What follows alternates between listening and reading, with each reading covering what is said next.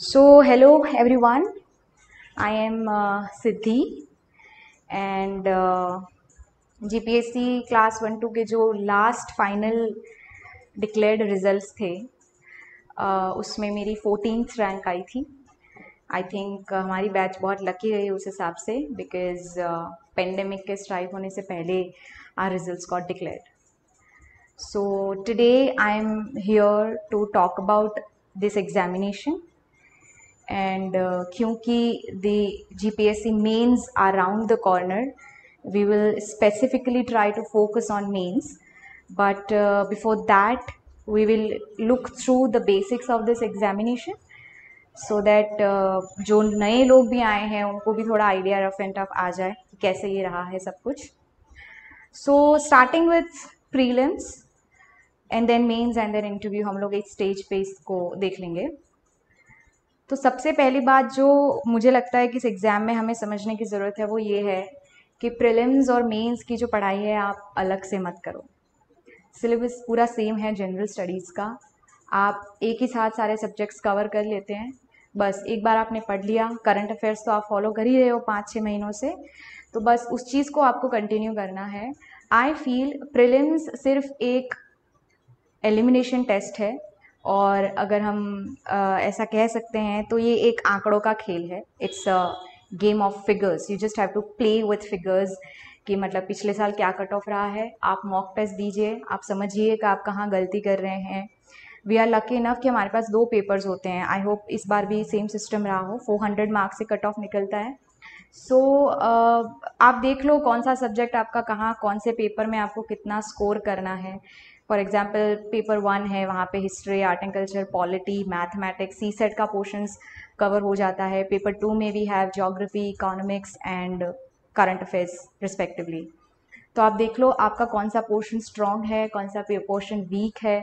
उसके हिसाब से कुछ भी करो लेकिन आपको कट ऑफ क्लियर करना है. स्पेसिफिक कोई पढ़ाई, I don't think that you can specifically study for prelims. All that you can do is maybe 15-20 days before the prelims you can give mocks so that you will know कि आपके जो तुक्के हैं वो कितने सही जा रहे हैं, आप कहाँ पे मिस्टेक्स कर रहे हो. आप अपना स्कोर बेसिकली ऑप्टिमाइज कर सकते हो. उसके अलावा आई डू नॉट थिंक कि कोई स्पेसिफिक पढ़ाई हम लोग प्रीलिम्स के लिए कर सकते हैं. जस्ट एक बार सिलेबस ठीक से देख लो, आप सारे सब्जेक्ट्स रिवाइज कर लो, ऑल द NCERTs. इफ़ मैं बुक लिस्ट की बात अगर एक बार कर लें हम तो मैंने let's say start with history. So history में we have ancient, medieval and modern. तो एंशंट तो मैंने ओल्ड NCERT से ही कवर किया था. 6 to 12th की जो हमारी आती थी उसी में से किया है. मिडिवल ज़्यादा पूछा नहीं जाता है but I think there is small portion about the भक्ति सूफी मूवमेंट एंड इस तरह के कुछ टॉपिक हैं जो कैटेगोरिकली सिलेबस में दिए हुए हैं, तो वो भी आप NCERT से पढ़ सकते हो. एंड देन मॉडर्न के लिए of course you have the most popular book called Spectrum. Do not go for too many books. 1-2 books लो, उसी को वापस से बार बार आप रिवाइज करें. मैंने टिल डेट हिस्ट्री के लिए इसके अलावा और कुछ भी नहीं पढ़ा है, कभी नहीं. यस, आर्ट एंड कल्चर के लिए हम लोग नितिन सिंघानिया पढ़ लेते हैं.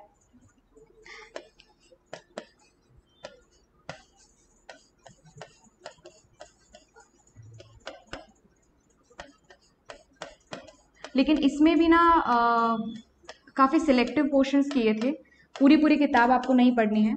इसके अंदर आर्किटेक्चर काफ़ी अच्छा दिया हुआ है, इंडियन पेंटिंग्स और उसके बारे में काफ़ी अच्छा दिया है. लेकिन क्योंकि हम लोग GPSC की बात कर रहे हैं, so you need to cover the GPSC painting, sorry the painting with respect to Gujarat. So Gujarat के भी कोई पॉपुलर पेंटिंग्स हुए तो वो आपको अलग से किसी और सोर्स से आप देख सकते हो. कोई भी गुजराती कल्चर की आप कोई भी बुक उठा लें और उसमें से आपको वो बहुत अच्छे से मिल जाएगा.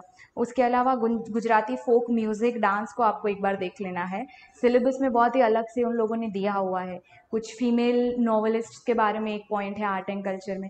तो इस तरह के जो अलग से पॉइंट है ना, वो आप गुजरात का जो रिलेटेड है उसको, उसके लिए आप कोई एक सोर्स ढूंढ लें. लेकिन जो इंडियन आर्ट एंड कल्चर है उसके लिए आई थिंक नितिन सिंघानिया काफ़ी अच्छी बुक है. और एक NCERT भी है, themes in Indian art and culture. तो वो आप एक बार अच्छे से पढ़ लो। उसमें I think art and culture बहुत अच्छे से दिया हुआ है और बहुत ही प्रॉपर क्या कहते हैं सीरीज में दिया हुआ है। जिस तरह से हिस्ट्री आगे बढ़ती जाती है तो उन लोगों ने उसी तरीके से उसको कवर किया है, तो उसमें आप आर्ट एंड कल्चर वैसे देख सकते हैं। टॉकिंग अबाउट आई थिंक इसके अलावा पॉलिटी, मुझे लगता है पॉलिटी में लक्ष्मीकांत के अलावा आपको किसी भी बुक की ज़रूरत नहीं है। मैंने सिर्फ और सिर्फ लक्ष्मीकांत पढ़ी थी। उसके अलावा आप करंट अफेयर्स कर सकते हैं। करंट अफेयर तो आपको करना ही है, जो भी लास्ट 6 मंथ्स में करंट अफेयर्स में चल रहा है, कोई नए बिल्स पास हुए हैं या कोई सेशन चल रहा है या और भी कोई स्टेट और सेंटर्स के बीच में फेडरलिज्म से लगते कोई इशू इस तरह के जो चल रहे हैं, आप उसको ध्यान में रख सकते हैं और उस तरीके से आप पॉलिटी कवर कीजिए। Laxmikanth is the I would say bible for polity. You do not need to go for any other book. Geography again NCERT 6 to 12th NCERT only.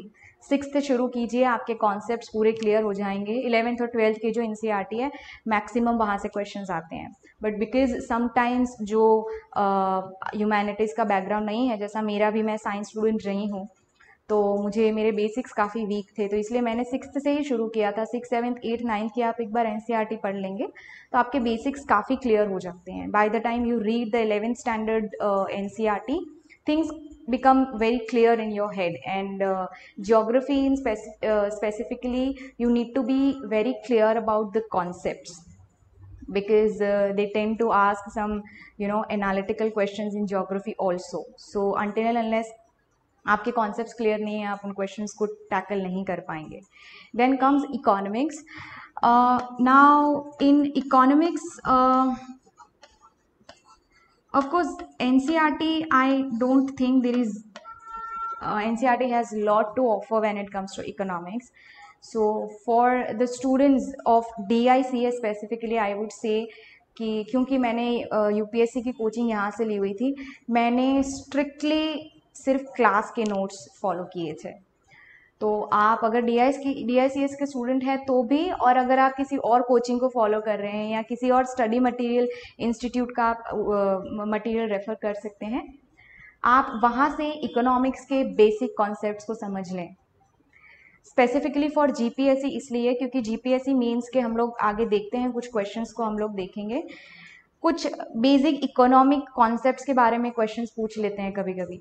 Until and unless आपकी इकोनॉमिक्स में कुछ facts clear नहीं है तब तक आप आगे कुछ नहीं पढ़ पाओगे।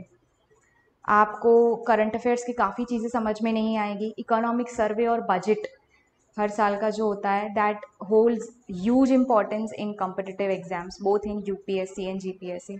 until and unless you're not clear with the concepts of economics, you do not know what all deficits are, you will not be able to understand anything that's going on in economic survey and everything. So please be clear with economics concepts first. मेरे कुछ friends रहे हैं, उनके साथ भी ये issue था। उनके दिमाग में क्लियर ही नहीं होते थे कॉन्सेप्ट कि क्या है, कैसा चल रहा है। They wouldn't know and directly then you start reading about the current affairs. I think that gets a little problematic. Also economics I feel is a very scoring subject, because I said once you know the concept ना, you can maneuver around a bit and आप थोड़ा mechanically के भी answers को deal कर सकते हैं economics में। उस वजह से मुझे लगता है इकोनॉमिक्स काफ़ी स्कोरिंग सब्जेक्ट है। इकोनॉमिक बहुत साइंटिफिक सब्जेक्ट मुझे लगता है उस हिसाब से। Once you are clear with your concept ना, तो आप काफ़ी अच्छे से उसको डील कर लेंगे। यस, इसके अलावा एक बुक जो मैं आपको रेफर कर सकती हूँ वो है रमेश सिंह। इसके कुछ सिलेक्टेड चैप्टर्स आप देख सकते हैं, जो भी हमारे सिलेबस में आता है ना शुरू से, इसमें से आप बेसिक्स पढ़ लो, बेसिक्स आप इसमें से समझ लीजिए and just complement that with current affairs, economic survey and budget उस साल का। For GPSC just go through the Gujarat budget also, India का तो है ही, both the things you need to do for economics. Then I think polity, economics, geography, we have covered geography, right? So CSAT maths, I don't know what to suggest for that. You know it or you do not know it, and there is no UPSC जैसा criteria नहीं है यहाँ पे कि you have to qualify it or not. So if you know it, well and good for you, you'll score marks in prelims. If you do not know it, skip it or practice it. not a big deal about that. So we have covered history, we have covered art and culture, politics, geography. What environment? I think yes, environment, one of the most important. Environment, again the same thing, the same that I said for economics. Again यहाँ पे भी आपकी conceptual knowledge काफ़ी important हो जाती है. If you know the concepts really well, आपके prelims में answer elimination बहुत easy हो जाता है. At the same time mains में भी आपको answer लिखने में बहुत ज़्यादा issue नहीं होता है. Environment के लिए मैंने पढ़ी थी Shankar IAS. You read Shankar IAS, पूरी मत पढ़िए, सिलेबस देखिए, लास्ट ईयर के क्वेश्चंस देखिए, उसके हिसाब से you just figure it out कि कौन से एरिया से ज़्यादा क्वेश्चंस को पूछा जाता है एंड एवरीथिंग. आई थिंक इसके में जो लास्ट का पोर्शन है, द कन्वेंशंस एंड एवरीथिंग जो दिया हुआ है, वो पोर्शन बहुत इंपॉर्टेंट हो जाता है. तो please revise that and same thing complement it with the current affairs. That's it. Please do not go for diverse source, do not diversify books कि मतलब मैं ये बुक भी ले लेते हैं, वो वाली बुक भी ले लेते हैं. Do not do that. Stick to the basic books, revise them again and again. Revise current affairs last 6 months के. आई थिंक इससे बेटर स्टडीज़ आप नहीं कर सकते हो. This is the most, I would say, simple manner you can prepare for any examination. Please stick to all the basics book. I'm repeating this again and again. और बस उसको revise करते रहें करंट अफेयर्स के साथ साथ. Prelims, जैसा कि मैंने पहले भी कहा, आप कुछ मॉक पेपर्स दे दीजिए, अपना को एनालाइज कर लीजिए आप किस हद तक आपके जो आप हम फिगर आउट करके कुछ आंसर्स लेते हैं वो कितने हद तक आपके सही हो जाते हैं. वो सारी चीज़ें आप देख लें and just plan it in your mind कि आपको बस कट ऑफ क्लियर करना है. Once you clear prelims, just forget about prelims. You are done over there.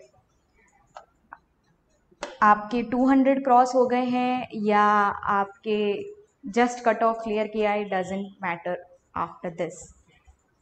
मैं ये बहुत ही इसको I would empathize on this issue that prelims के मार्क्स को do not get that over your head. ठीक है, क्योंकि at the end what matters is mains. Mains के ही मार्क्स जो हैं वो आपको मेरिट लिस्ट में पहुंचाएंगे, वही आपकी रैंक डिसाइड करेंगे, वही आपको टॉप सर्विसेज में ले जाएंगे. So mains has to be your ultimate target and not the prelims. ठीक है, एक बार प्रीलिम्स क्लियर हो गई, forget it. Same books, just a different method. Now what you have to focus is writing. As I said, prelims आंकड़ों का खेल है, मेंस शब्दों का खेल है. यहाँ पे you have to write the answers and all. Will look into it one by one, paper wise paper. But उससे पहले आपको सबको पता ही होगा, out of 1000 marks which is the total marks, 900 is mains and 100 is interview, which will be followed by mains. So of course interview has its own importance, but what plays it gains is mains. If you have अगर आपने यहाँ पे कहते हैं ना 6 लगा ली, तो फिर आपको बहुत ज़्यादा इशू नहीं होगा मेरिट लिस्ट में अपनी जगह बनाने का.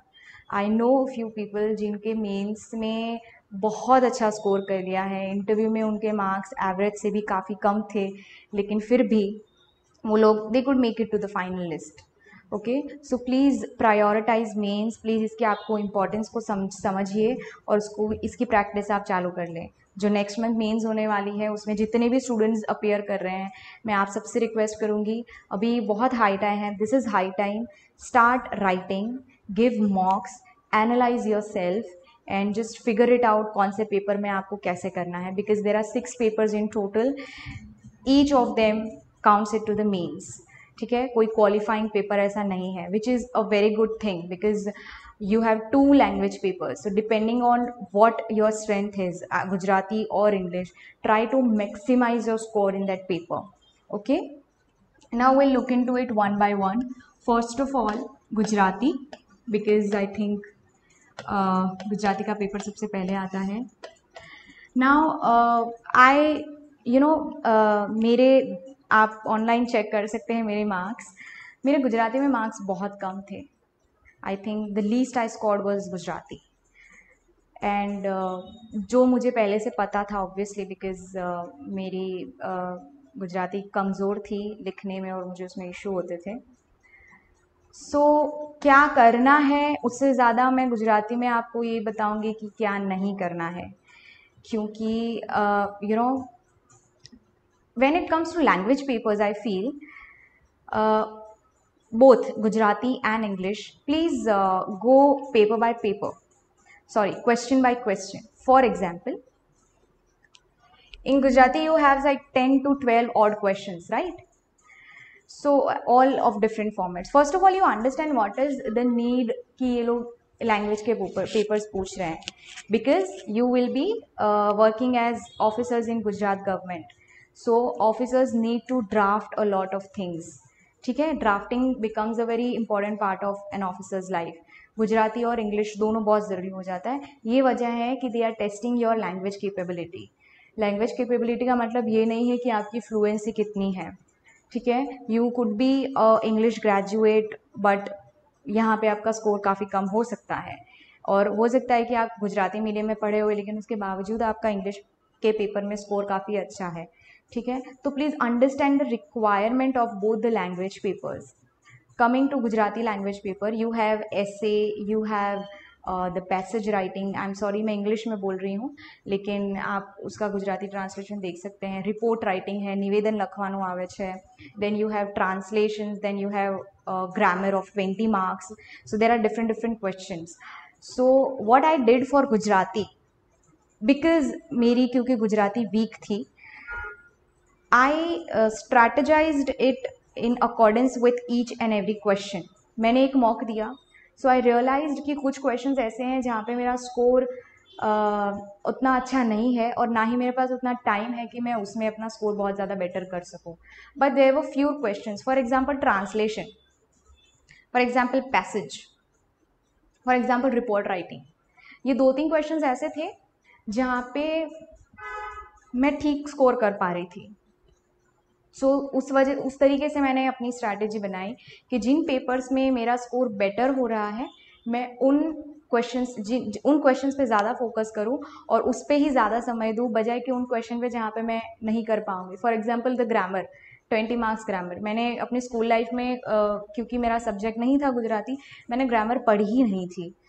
तो शॉर्ट स्पैन में गुजराती ग्रामर को स्क्रैच से शुरू करके उसको प्रैक्टिस करके वहाँ पे पढ़ पाना मुझे उतना ज़्यादा फीजिबल नहीं लगा. उसके बजाय मैंने अपना समय निकाला रिपोर्ट्स को प्रैक्टिस करने में और ट्रांसलेशंस में, क्योंकि मैं इंग्लिश बहुत अच्छा समझ लेती थी और मेरी हिंदी ठीक ठाक थी और कुछ मैंने प्रैक्टिस भी कर ली थी, उस वजह से मैं ट्रांसलेशन बहुत अच्छा कर पाती थी. जो प्रेसी राइटिंग था वहाँ पे भी मैं ठीक ठाक कर लेती थी. सो इस तरह से आप लैंग्वेज पेपर्स को डील करें. अगर दोनों में से कोई भी एक पेपर आपको ऐसा लगता है कि आपका वीक है या आपका स्कोर उतना अच्छा नहीं हो पा रहा है, काफ़ी लोग ऐसे होते हैं जिन्होंने पिछले बार भी मेंस दिए हैं लेकिन फॉर सम रीज़न मार्क्स थोड़े कम हो जाते हैं, तो प्लीज़ आप अपने पेपर्स को देखें और उसमें समझिए कि कहाँ पे आपके कौन से क्वेश्चंस में मार्क्स कट रहे हैं, और फिर आप उसको क्वेश्चन बाय क्वेश्चन डील करें. अदरवाइज पूरी चीज़ तो परफेक्शन शायद ना भी मिल पाए.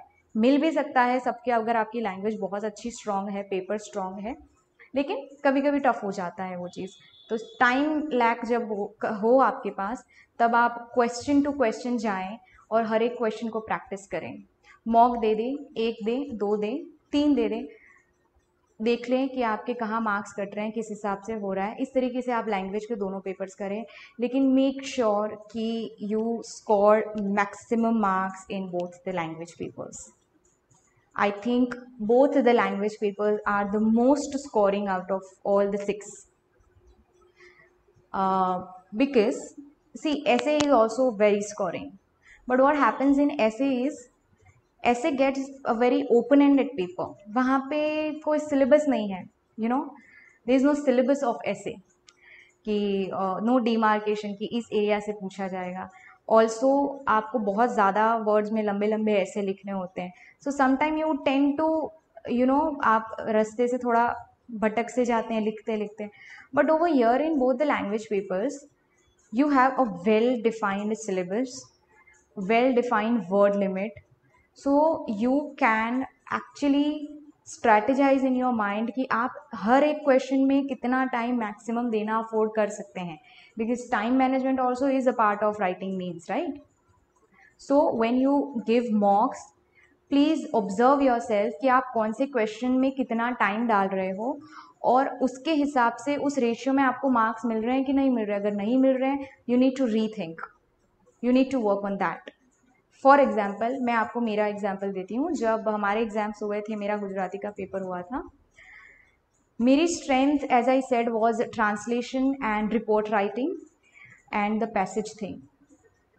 बट मैंने शुरू से सीक्वेंस में जिस सीक्वेंस में पेपर था ना, उस सीक्वेंस में शुरू किया। तो फिर मुझे ऐसे लिखना था, तो मैंने ऑलमोस्ट 30-40 मिनट्स तो सिर्फ ऐसे में निकाल दिए। उसके बाद आई डिड अ पैसेज, उसके बाद 2-3 जो और क्वेश्चंस थे। बाय द टाइम लास्ट के कुछ 10-15 ही मिनट बचे थे कि मेरे पास ट्रांसलेशन वाला जो क्वेश्चन, जो मेरी सबसे बड़ी स्ट्रेंथ थी, 10 मार्क्स का क्वेश्चन था, वो करने के लिए मेरे पास टाइम ही नहीं बचा था। ठीक है, तो उस वक्त मैं फिर काफ़ी नर्वस हो गई थी कि anyways I do not have too much scope to score marks in the language paper and now I have screwed it up by doing this. So please don't do such things when you give mocks in language paper specifically. Please see to it कि आप हर एक question में कितना time लगा रहे हैं। ठीक है, ओके। सो हर एक क्वेश्चन पे आप कितना टाइम दे रहे हैं, ये बहुत इंपॉर्टेंट हो जाता है in both the language papers. Same way in English, same way, no other strategy. Question by question आप जाओ। ठीक है, आपकी अगर इंग्लिश कमज़ोर है तो जो चीज़ मैंने आपको बोली आप प्रैक्टिस करें, हर एक क्वेश्चन को पर्टिकुलरली देखें। लैंग्वेज पेपर्स में एक और फ़ायदा ये है ना कि वहाँ पे ये रिपोर्ट्स और इस तरह के जो क्वेश्चन है ना, उसके सेट फॉर्मेट होते हैं, सबके फॉर्मेट्स हैं। तो भले ही आपको कंटेंट को लेके इशू हो रहा हो, जैसे मुझे इशू था कि मैं कंटेंट में ड्राफ्टिंग कैसे करूँगी, कभी ग्रामर ऊपर नीचे हो सकती है, बट आई मेड श्योर कि मैं फॉर्मेट में बिल्कुल भी गलती नहीं कर सकती हूँ। ठीक है, और आप ऑनलाइन सर्च कर सकते हैं, कुछ टॉपर्स की मार्कशीट्स आपको, आंसर शीट्स मिल जाएंगी, तो उसमें आप देखें कि कैसे कैसे मार्क्स कट जाते हैं फॉर्मेट में, minor comma and everything, unnecessary comma and everything, you know, उसमें भी डिडक्ट हो जाते हैं काफ़ी मार्क्स। तो ये सारी चीज़ों को आप देखो एक तरीके से किस तरह से मार्क्स करते हैं। प्लीज़ मेक श्योर कि आपके फॉर्मेट्स जो हैं वो परफेक्ट हैं। अलग से मार्क्स ही होते हैं फॉर्मेट के, आपका फॉर्मेट पक्का है ना तो 10 में से 4 मार्क्स आपके फॉर्मेट के आ जाते हैं। सो मेक श्योर कि आप परफेक्टली मॉक्स के दरमियान फॉर्मेट्स को देख लो, और जो मेन बॉडी है उसके ऊपर आपको काम करना है। Both the language papers, word limit में आपको स्पेसिफिकली प्रैक्टिस करना है। Do not try to exceed it, word limit आपको एक्सीड नहीं करनी है। कुछ पेपर्स में मैंने देखा है कुछ लोग नीचे ना लिख भी देते हैं ब्रैकेट में पूरा आंसर लिखने के बाद, कि जैसे for example 60 is the word limit, तो नीचे वो लिख लेंगे कि 65 वर्ड्स ऐसा। तो शायद आप ये भी कर सकते हैं if you want to highlight the fact that आपने वर्ड लिमिट के अंदर ही ये लिखा है। बट मेक श्योर कि लैंग्वेज के पेपर्स में आप कहीं पे भी मार्क्स लूज ना करें। I am again saying this, the most scoring paper are these two, the language papers. You can not afford to lose marks over there. मुझे आज भी ऐसा लगता है कि अगर मैंने गुजराती में थोड़ी और मेहनत कर ली होती, या फिर इंग्लिश की जो 20 मार्क्स का ग्रामर आता है उसमें मेरे 2-3 क्वेश्चंस गलत हो गए थे, तो मुझे ऐसा लगता है कि अगर वो मेरे सही होते तो शायद रैंक थोड़ी और अच्छी हो जाती। But no issues, as long as you know you just have to fight for each and every marks in mains examination. क्योंकि अगर आप लोग मेरिट लिस्ट देखिए, आप लोगों ने फाइनल आप लोग देखिएगा कभी, जैसे फॉर एग्जांपल रैंक 1 और 2 के शायद कभी बहुत ज़्यादा उनके मार्क्स का डिफरेंस आ सकता है, लेकिन देखिएगा आप थर्ड रैंक के बाद ना मार्क्स के बीच में डिफरेंस बहुत ज़्यादा नहीं होता है, 0.3 0.5। सो फॉर एग्जाम्पल 643 हैं, तो उसके बाद नेक्स्ट का होगा 643.2 0.7, इस तरह का डिफरेंस आ जाता है मेरिट लिस्ट में। So just imagine like 1 mark of difference will just shake you for 4 to 5 ranks. So that shouldn't, so just take that into consideration. Each and every mark, each and every fraction of mark you have to fight for, and that can be done in the best possible manner in both the language papers. Try to maximize your score in both the language papers. ठीक है, इसके अलावा कोई specific doubt हो तो हम लोग वो आगे देख लेंगे। For now will move on to the next paper which is the essay. I think सबसे ज़्यादा लोग डरते जो हैं वो एसे में हैं। वी हैव 3 एसेज राइट, और 3 hours. Now after language papers, I feel the most scoring paper is essay, because number one it's an open ended thing. ठीक है, इस चीज़ के फ़ायदे भी हैं और नुकसान भी है. कोई बाउंड्रीज नहीं है आपके पास. You can write what you know and what you feel like will be right for that question. But what I would say mistake that aspirants do when it comes to essay paper is, क्योंकि there are back to back 3 essays that are to be written. What happens is, for example, first essay आपने बहुत अच्छा लगा 35 marks, फिर second was okay 25, and third इतना बुरा होता है ना कि 10 मार्क्स और समथिंग, और इतने मार्क्स मिलते हैं. ठीक है, आप उसको समझें कि कम मार्क्स भी बहुत ज़्यादा दिए जाते हैं अगर आपका ऐसे बहुत बुरा होता है. तो जब ऐसी सिचुएशन होती है ना, तो आपका टोटल काफ़ी कम हो जाता है, क्योंकि यहाँ पे आपके मार्क्स में बहुत बड़ा डिप आ गया है. ठीक है, एट द सेम, तो ये चीज़ ऐसे में बहुत ज़्यादा प्रॉब्लमेटिक हो जाती है कि टाइम मैनेजमेंट भी उसमें एक बहुत बड़ा इशू होता है. 3 आवर्स में आपको 3 ऐसे लिखना है, 3 अलग अलग टॉपिक्स को देखना है, मतलब थोड़ा टफ ऐसे का पेपर उस एंगल से हो जाता है. दैट्स वाई मैंने कहा था कि लैंग्वेज पेपर सबसे ज़्यादा स्कोरिंग होते हैं और उसके बाद आता है ऐसे का paper. But again I would say please practice essay papers. I know a few candidates जिनके ऐसे में बहुत मतलब 80-90 तक उनका स्कोर गया है. मतलब इसका मतलब ये नहीं कि हो ही नहीं सकता, करते हैं लोगों का स्कोर जाता है. In all the 3 essays they do score 30, 35, 40 तक मार्क्स चले जाते हैं उन लोगों के. Okay, so it is not impossible as long as you practice it. ऐसे में one more thing you need to keep in your mind is, please be close to your topic. आपने अगर टॉपर्स के आंसर शीट्स भी देखी ना, तो वहाँ पे कभी कभी कमेंट्स आते हैं कि टॉपिक से हट गए हैं या it's not close to the topic और समथिंग लाइक दैट. तो वो क्यों होता है ना, क्योंकि आप फॉर एग्जांपल जीपीएससी में ना 2 साल से मैं ये चीज़ देख रही हूँ, लंबे लंबे ऐसे के क्वेश्चंस आते हैं. लाइक लिटरली जैसे आपको वो स्पेसिफिक डायरेक्शंस दे रहे हैं कि भाई इन्फ्लेशन के बारे में भी है फॉर एग्जांपल, तो 3 लाइन का कोई बड़ा सा स्टेटमेंट होगा, तो आपको उसी कंटेक्स्ट में पूरा ऐसे आपको लिखना है. इस तरह के जो क्वेश्चंस होते हैं ना, कभी कभी इस तरह के क्वेश्चन आ जाते हैं, कभी कभी जस्ट 1 लाइन, एक लाइन दे देंगे आपको, उसमें ऐसे लिखना है. ठीक है, so it is very important in essay to understand the question. Please spend a few minutes to understand the requirement of the question. Each and every line आप अच्छे से देख लें. जब 3-4 लाइन का क्वेश्चन होता है, तो what exactly they are asking. हमारे टाइम पे एग्रीकल्चर पे क्वेश्चन था, आई रिमेंबर. तो एग्रीकल्चर ऑब्वियसली अगर आप 6 मंथ्स 1 साल से प्रिपरेशन कर रहे हैं, तो एग्रीकल्चर पे 5-6 पेजेस लिख लेना is not a big deal. So everyone was happy that yes, agriculture, and everyone, most of the candidates chose that topic. But score सबके नहीं हुए थे उस पेपर में, उस टॉपिक में.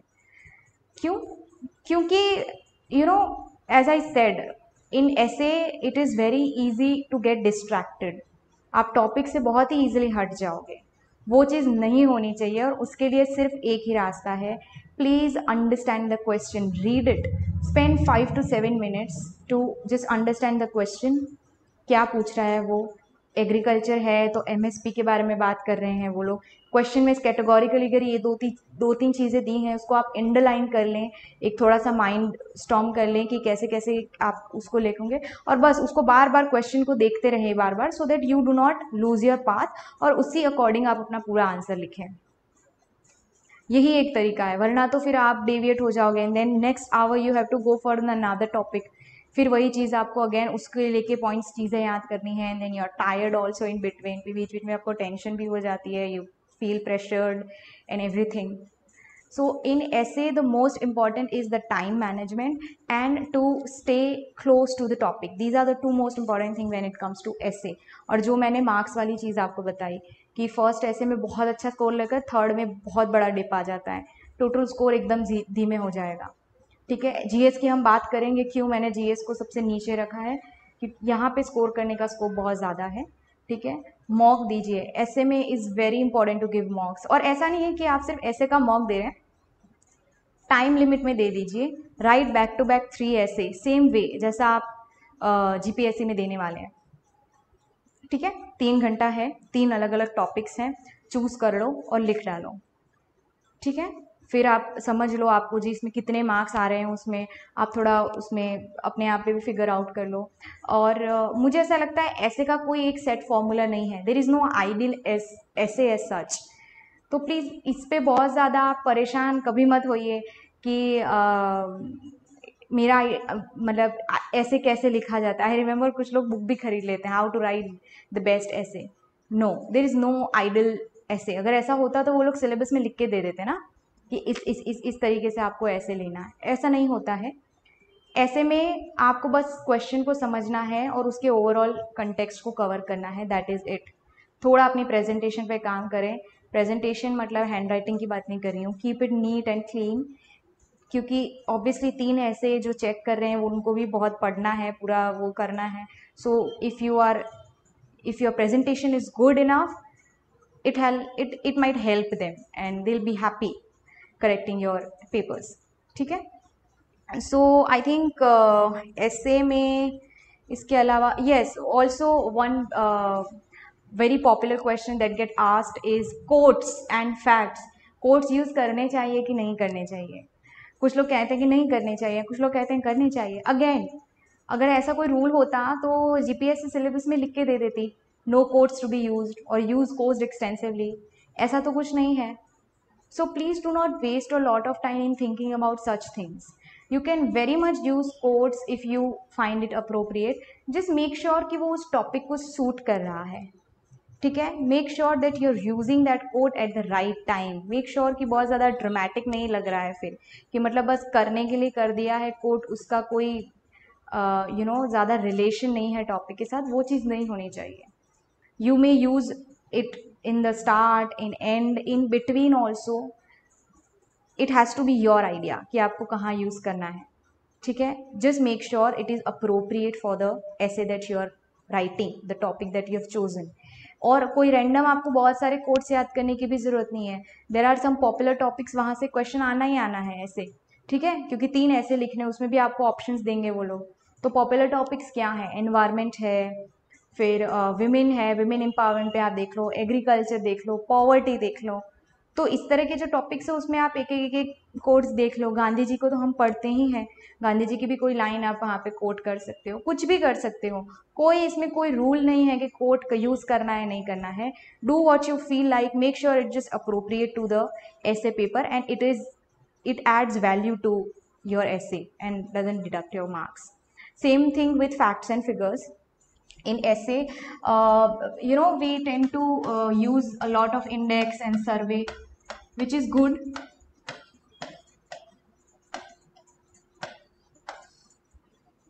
But what I feel is, please don't I've seen कुछ लोग अलग से टाइम लेते हैं इस तरह के फैक्ट्स को कलेक्ट करने के लिए और सर्वे को इकट्ठा करके, and then they mug it up so that they can use it, which is good. But I would recommend कि आप एकदम रैंडम सर्वे और इंडेक्स को मत यूज़ करें, do not mug it up. कुछ जो पॉपुलर होते हैं ना, मतलब world bank, world economic forum के हो गए, यूएनडीपी का कोई डेटा हो गया, ये आप यूज़ कर लो। इंडिया में भी कोई नीति आयोग की उनकी कोई रिपोर्ट हो गई, या किसी मिनिस्ट्री ने कोई सर्वे किया, ऐसा कुछ है, या फिर सोशल इकोनॉमिक कास्ट सेंसस का कोई डेटा है, या कोई भी इस तरह की जो पॉपुलर और गवर्नमेंट बेस्ड अथॉरिटीज़ होती हैं, उनके जो इंडेक्स और सर्वे होंगे ना, वो आप यूज़ करोगे तो वो काफ़ी अच्छा रहता है। मुझे ऐसा लगता है कि रैंडम आप कोई भी प्राइवेट का कोई उठा लोगे तो आई डोंट थिंक कि वो बहुत ज़्यादा वैल्यू ऐड करता है। Again it's each to their own, but try कि जो भी आप फैक्ट्स और फिगर्स यूज़ कर रहे हैं वो इस तरह की वेल नोन पॉपुलर एजेंसीज की तरफ से हों, end of course it makes a huge difference. Please do use them. Agriculture के बारे में लिख रहे हो तो आपके पास अच्छा सा सर्वे, किसी का कोई सर्वे है तो वो आप कर सकते हो। इकोनॉमिक्स की जो एनसीईआरटी है उसमें बहुत अच्छे अच्छे फैक्ट्स दिए हुए उन्होंने कि भले इंडिपेंडेंस से लेके अब तक इंडिया में एग्रीकल्चरल ग्रोथ कितनी हुई है, what is the GDP involve, what has been the improvement, or how the present status of agriculture in India is actually. तो इस context में जितने भी आपके पास facts figures हो सकते हैं, you can very much use them. Please use them, क्योंकि content जो है वो तो सबका ही सेम होगा, है ना। बट जब आप अप्रोप्रिएट प्लेसेस पे फैक्ट्स और फिगर्स यूज़ करोगे तो that will really help you to score good marks in essay. But make sure time आप अच्छे से मैनेज कर रहे हो, practice it really well. Okay, then we'll talk about now, we'll finally talk about the GS papers. ठीक है, GS1 we have history, art and I think geography.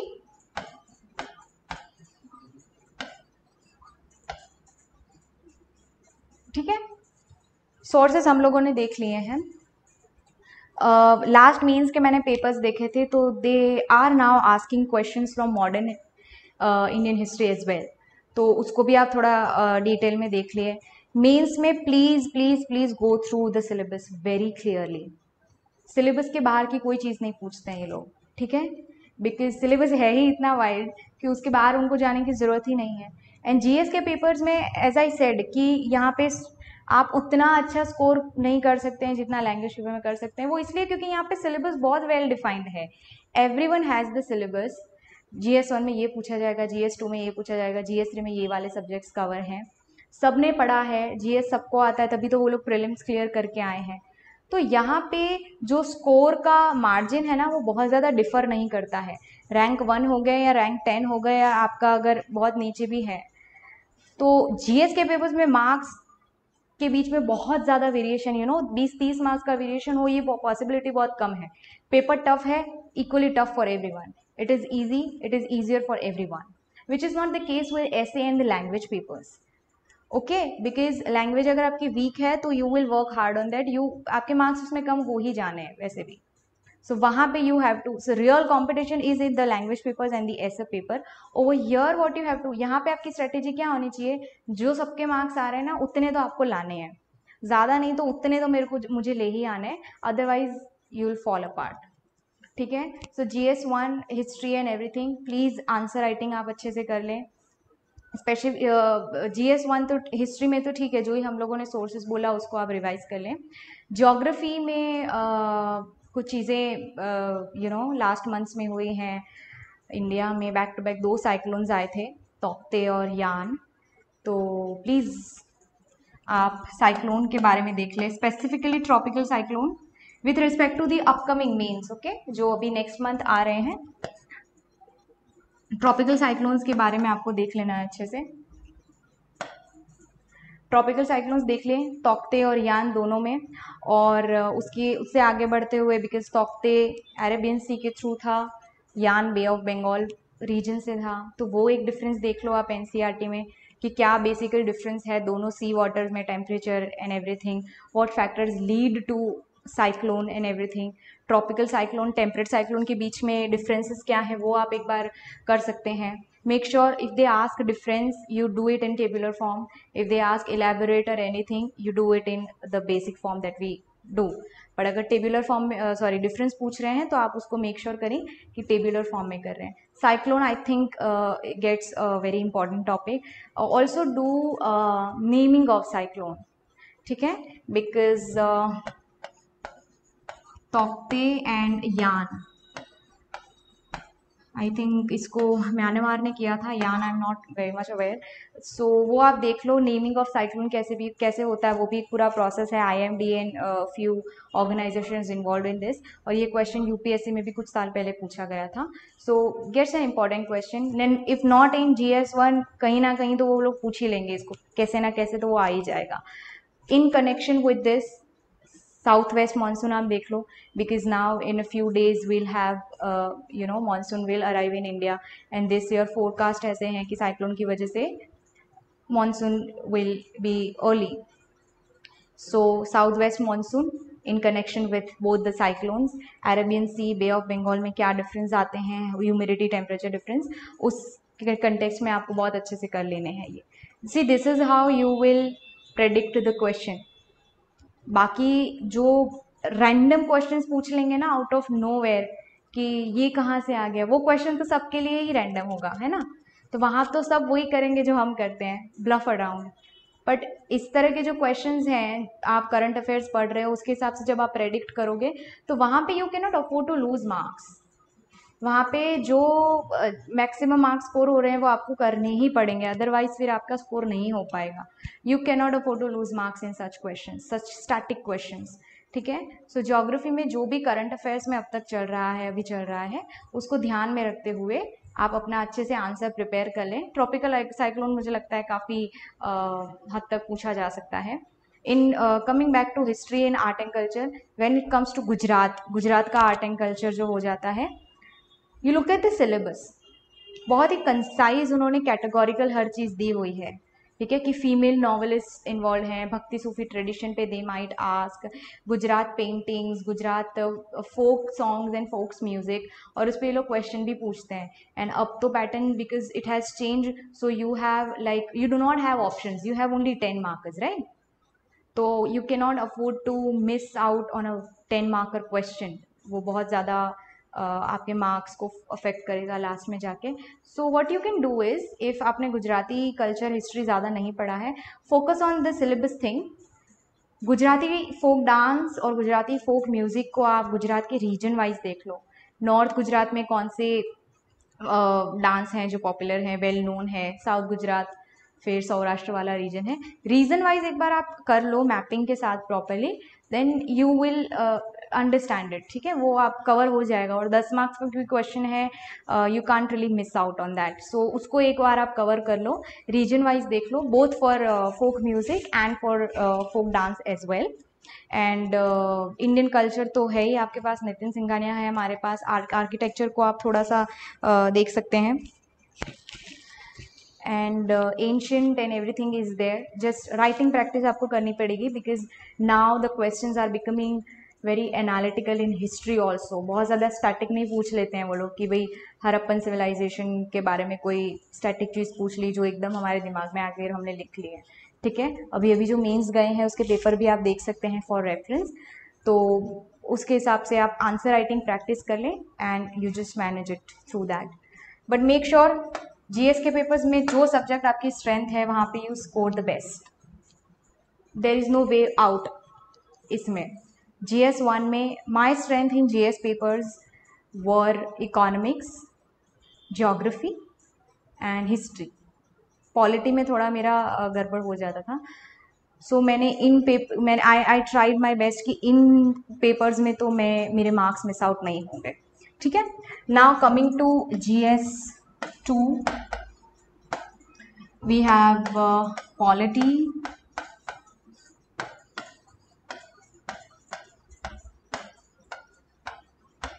governance and ethics. Okay, again a very static paper 2. ठीक है, and that is why this is one of the most favourite paper of aspirants, because काफ़ी static है, और polity और ये सब तो हम लोग डिटेल में पढ़ते ही हैं फॉर प्रीलिम्स ऑल्सो, तो उस वे में you know it all. But again same जैसा कि मैंने कहा, मेंस में it gets very different, scenario is very different, you have to write the answers.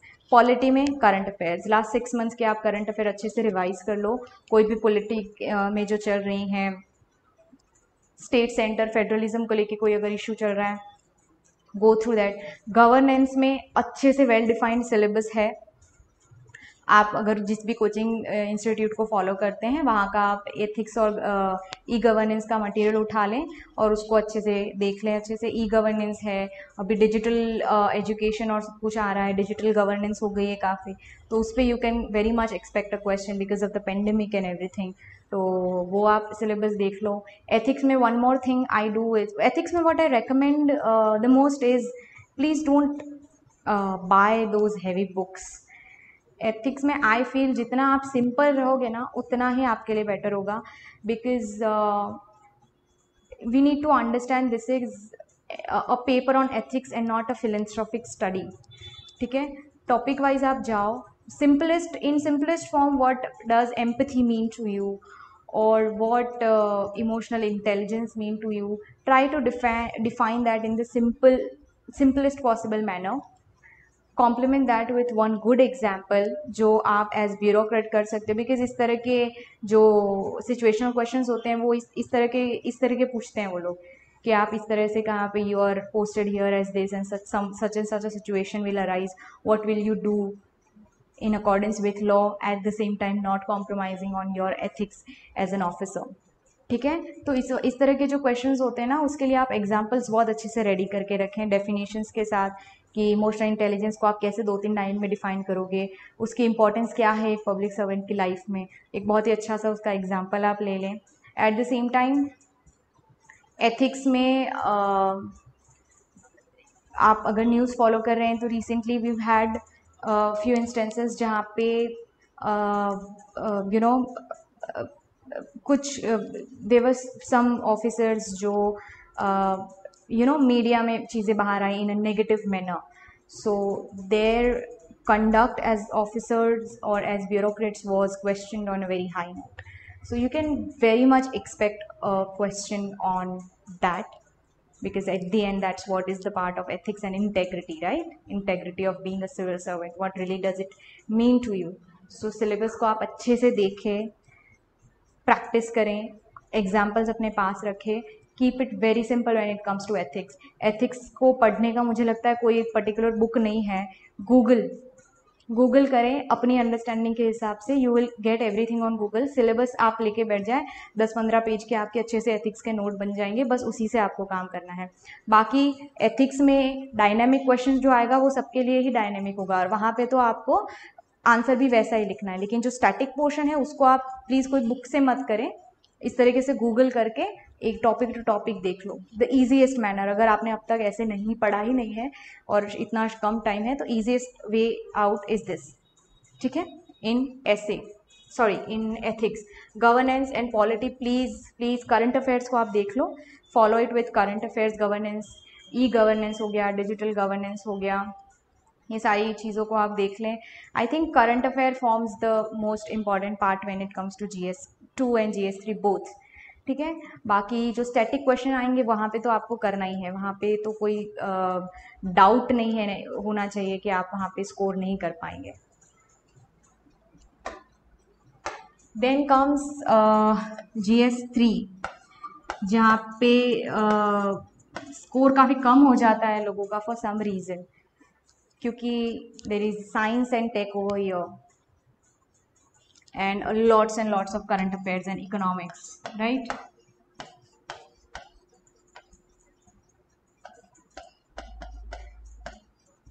And up to I feel they are asking a lot of defense questions also, right? In the last means they have asked about the aircraft and some indigenous technologies also, so that is also not considered an out of syllabus question. You very much have it in the syllabus, indigenous technologies in India. ठीक है, तो defence sector में भी जो हमारे indigenous developments हो रहे हैं, that very much forms a part of your syllabus, so revise that also. Science and tech and economics, science and tech completely current affairs अभी, क्योंकि we are fighting this devastating pandemic, तो उस पर question आ सकता है. But because इस बार मुझे ऐसा लगता है कि you can very much expect a question on vaccination, as in not the Covishield and Covaxin stuff, but vaccination in as a whole, you know, history of vaccination in India. Kyunki in last 6 months we as nation we have gone through a lot when it comes to vaccine and getting people vaccinated.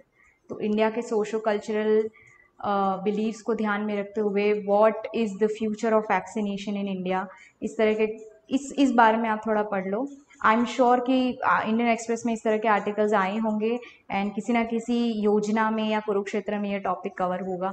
Please go through that topic. अगर GS3 में नहीं ना तो 110% language papers में या ऐसे में कहीं ना कहीं आ जाएगा कि क्या अभी भी हम लोगों में साइंटिफिक टेम्पर या रैशनैलिटी इतनी कम है कि वैक्सीनेशन के में भी हमारे इंडिया में इतने रिजर्वेशंस हो रहे हैं. तो उस कंटेक्स्ट में आप थोड़ा वैक्सीनेशन को पढ़िए.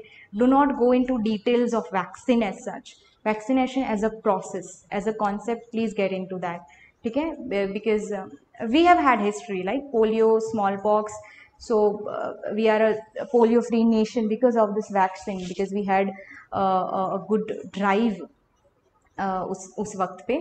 तो अभी भी and in connection with vaccination mission Indradhanush, जो करंट अफेयर में इससे रिलेटेड पॉलिसी है ना, प्लीज़ वो आप एक बार रिवाइज कर लो। कैसे किसी भी मुद्दे को करंट और हिस्ट्री के साथ कनेक्ट करना है ना, वो ही एक ट्रिक है जीएस और ऐसे पेपर्स को लिखने का। जो भी इशू अभी चल रहा है उस वो इशू, मतलब वो तो न्यूज़ है, ठीक है, वैक्सीन इज अ न्यूज़, वो चल रहा है अभी।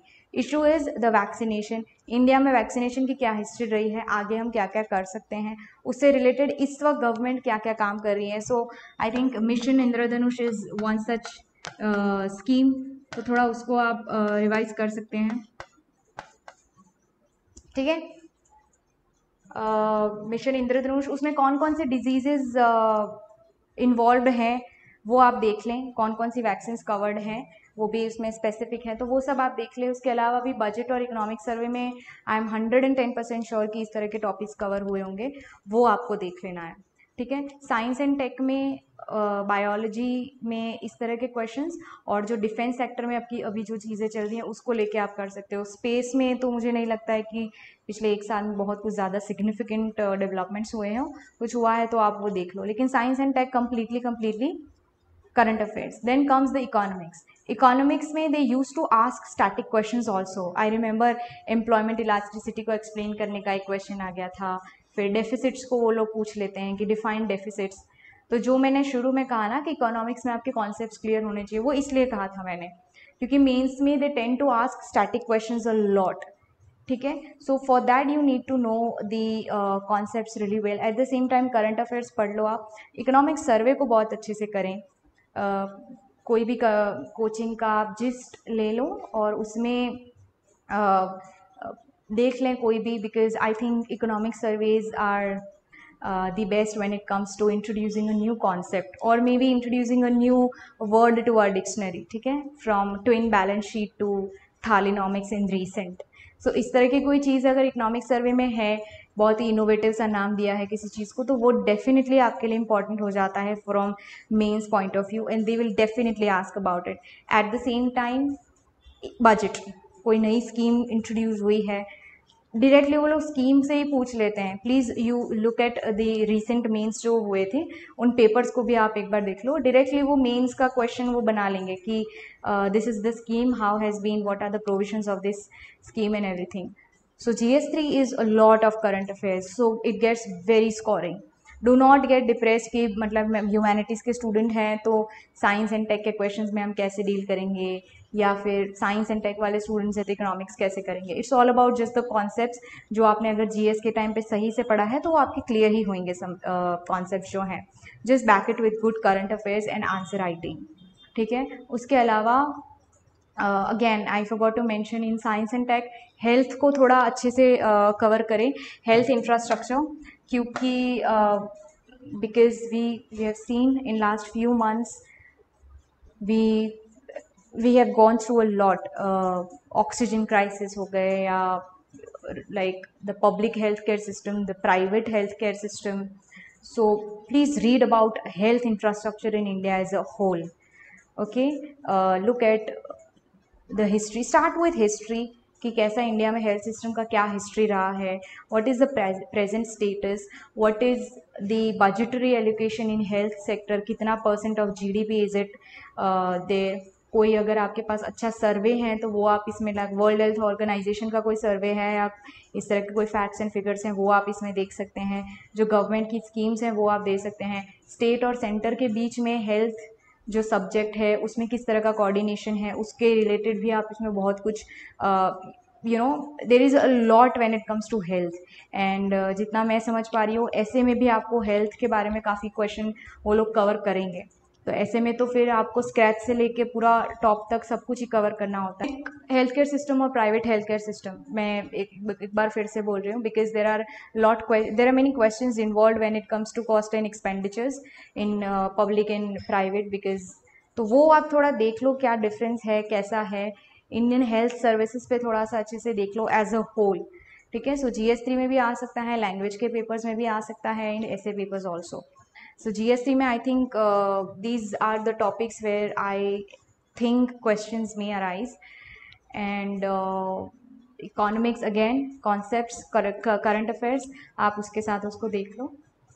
सो I think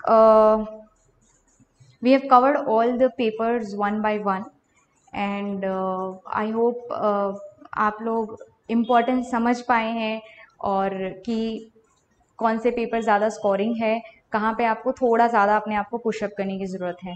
language papers, essay and GS, all the 3 papers of GS. I feel कि this is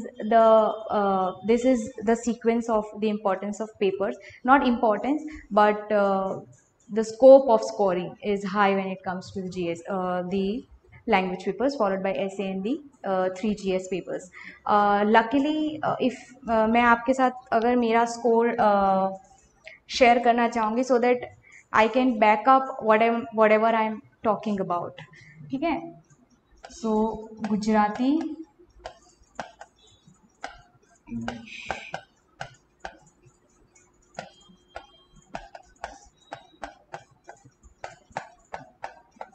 so starting with I maybe 57 or something, इतने कुछ मार्क्स थे मेरे.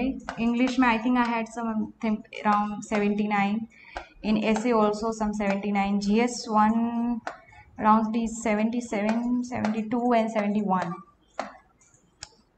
ठीक है. So what I have been told is मेरे GS के marks काफ़ी अच्छे हैं, because in all the 3 papers I have crossed 70, and I was quite pretty confident कि GS में तो मेरा अच्छा ही स्कोर आ जाएगा वो. But I could make it, and the biggest reason I could make it to the list is actually, these 4 papers. essay और GS तीनों में मेरे स्कोर अच्छे हो गए. But this thing doesn't happen with everyone.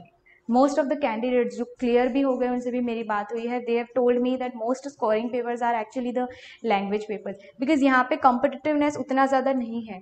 You look eight, आप लोग marks देख लो, जितने भी टॉपर्स हैं उनके मार्क्स देख लो. GS में बहुत ज़्यादा डिफरेंस नहीं है, इसी रेंज में होंगे उनके 70 से 80 के बीच में ही मार्क्स रहेंगे. बट लैंग्वेज पेपर्स में मेरे 57 हैं. आप मुझसे ऊपर जिन लोगों की रैंक है उनके देखिए आप, गुजराती में उनके काफ़ी अच्छे मार्क्स हो गए हैं. सेम वे इंग्लिश में भी 90 तक क्रॉस करते हैं लोग. ठीक है. वेयर GS पेपर्स में उतना स्कोर का मार्जिन नहीं रहता है. This is what I have been saying कि GS तो है ही, वो तो आप कर ही रहे हो, but what has to be your strategy. GS में जितना सब स्कोर कर रहे हैं उतना मुझे करना है, वहाँ पे मुझे पीछे नहीं पड़ना है. गुजराती, ऐसे और दोनों लैंग्वेज पेपर्स और ऐसे में मुझे ज़्यादा स्कोर करना है. This has to be your motto for mains examination. बस यही इसी धारणा से आपको आगे बढ़ना है. एंड आई थिंक ये मैंने सिर्फ इसलिए शेयर किया है सो दैट आपको ये ना लगे कि मेरी बातें थोड़ी हाइपोथेटिकल ना लगे. It just a backing. This has been my experience. और अगेन आई वुड से आप जितना अपना बेस्ट दे सकते हैं आप दे दीजिए, बिकॉज बाद में फिर आपको ये ना लगना चाहिए कि इतना अच्छा चांस हाथ से चला गया. Give all that you have. Practice, work hard, revise and revise. 1 साल से आप पढ़ाई कर रहे हैं, एग्जाम के टाइम पे आपने ठीक से रिवाइज नहीं किया, it will not make a huge difference at the and. And please do not think कि इंटरव्यू में कवर हो जाएगा. Interview is 100 marks, this is 900 marks. Interview is equally important, but 900 और 100 के बीच में ऑब्वियसली रेशियो का बहुत ज़्यादा डिफरेंस आ जाता है. Mains is the ultimate game. यहीं पे आपको स्कोर करना है अगर मेरिट लिस्ट में आना है. And besides that, I think I've covered what I had to say. We'll look at the specific doubts, and if any questions we have, we'll look into that. The vocabulary part in language papers. तो मैं ऐसे करती थी कि मतलब editorial पढ़ा आपने, उसको अच्छे से समझा और उसको आप कॉपी करो. उससे आपकी स्पीड इंप्रूव होगी, राइटिंग की आपको आदत लगेगी. दूसरी चीज़ मैंने क्या की थी ना, जो मुझे बहुत जिसका फ़ायदा हुआ, मैंने अपना जो मेंस का सिलेबस आता है ना वो पूरा गुजराती में देख लिया पूरा, और मैंने उसको बहुत पढ़ा. एवरी डे रात को सोते वक्त मैं सिलेबस फ़ोन पे देखती थी. सो उससे क्या होगा ना, आपकी वोकेबलरी इंपॉर्टेंट होगी. ठीक है. पारदर्शिता, देन मतलब આવા અમુક વર્ડ્સ હોય છે ને જે તમને સિલેબસમાં ખબર પડશે, એન્ડ એ તમે બહુ યુઝ કરી શકશો language પેપર્સમાં. Okay, so this is the way you will deal with the language paper. Same thing, if you have issues in English paper, please ratify the syllabus in that language. You will get to know about the vocabulary कि for से federalism को क्या बोलते हैं गुजराती में, या फिर English में obviously it's federalism, but Gujarati में उसका जो वर्ड है वो आपको सिलेबस के थ्रू मिलेगा. ठीक है, so that is the way you can improve your vocabulary. You need to write and write in whichever language you have issues. उसको आप प्रैक्टिस करें एंड मॉक टेस्ट आप दे दो, क्योंकि मॉक टेस्ट में ना आपको दो ग्रामर के बहुत ज़्यादा मार्क्स नहीं कटते हैं, लेकिन मतलब मिस्टेक ऐसी भी नहीं होनी चाहिए कि जो चेक कर रहा है उसको एकदम आंख में खटक रहा है कि इतनी बेसिक कैसे मिस्टेक. ये चीज़ें तभी होगी जब आप मॉक्स देते हो. तो मैंने ना गुजराती पेपर जो था उसके तो स्पेसिफिकली 3 से 4 मॉक्स दिए थे, सो दैट जितने भी मैं जितना लिख रही हूँ वो एटलीस्ट अच्छा हो, क्योंकि मैं बहुत ज़्यादा तो लिख नहीं पा रही थी. तो सेम वे आपका अगर इंग्लिश कमज़ोर है, आप एडिटोरियल्स आर्टिकल्स लें, उसको लिखो, उसको पढ़ो, वोकैबुलरी का एक प्रॉपर उसको आप बनाएं और सिलेबस आप देख लो, बिकॉज वही चीज़ें आपको हर जगह पे तो यूज़ करनी है ना पेपर्स में एट दी एंड. उससे आपकी वोकैबुलरी काफ़ी इंप्रूव हो जाएंगे, आई एम क्वाइट श्योर. और कुछ हम क्वेश्चंस लेते हैं.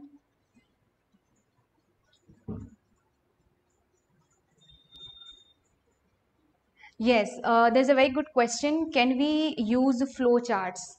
Definitely you can use it. Flow charts and diagrams. जो हम लोगों ने साइक्लोन की बात की ना, ट्रॉपिकल साइक्लोन्स हो, वहाँ पे अगर आप साइक्लोन वो डायग्राम बनाओगे ना, जो लो प्रेशर जो दिखाते हैं वो आप बनाते हो, तो वो बहुत अच्छा लगेगा. ज्योग्राफी के क्वेश्चन में there is a huge scope for diagrams and everything. And flow chart also gets very important, क्योंकि कभी कभी आपके पास शब्दों की मर्यादा रहती है, but you want to say a lot, you want to convey a lot. वहाँ पे आप फ्लो चार्ट्स यूज कर सकते हो. You can definitely use them, but make sure कि वहाँ पे आप जितनी भी जो गिवन स्पेस है उसको आप ठीक से बैलेंस आउट कर पा रहे हो. But yes, big thumbs up for the flow charts and the diagrams. What books we have to use for Gujarati art and culture? As I said, go topic wise. Gujarati art and culture का जो syllabus है ये बहुत specific categorical लख्યું છે. मतलब उसमें लिखा हुआ है उन लोगों ने कि गुजराती लिटरेचर के साथ जो फीमेल नॉवलिस्ट इन्वॉल्व हैं वो, या फिर गुजराती लोक नृत्य है, लोकगीत है, ऑल दीज कैटेगोरिकल पॉइंट्स वहाँ पे दिए हुए हैं. तो आप उसके बारे में जो भी, मुझे तो मैंने कोई बुक रेफर नहीं की थी, तो मैं बुक तो कोई नहीं बता पाऊंगी, लेकिन मेक श्योर जो भी बुक आप ले रहे हो ना, वहाँ पे टॉपिक टू टॉपिक आप कर रहे हो कि फीमेल नॉवेलिस्ट के बारे में कोई दिया है तो वो देख लो. ऑल्सो थिएटर, गुजराती थिएटर में बैक टू बैक दोनों मेंस में क्वेश्चंस पूछे गए थे, and it is very much there in the syllabus also.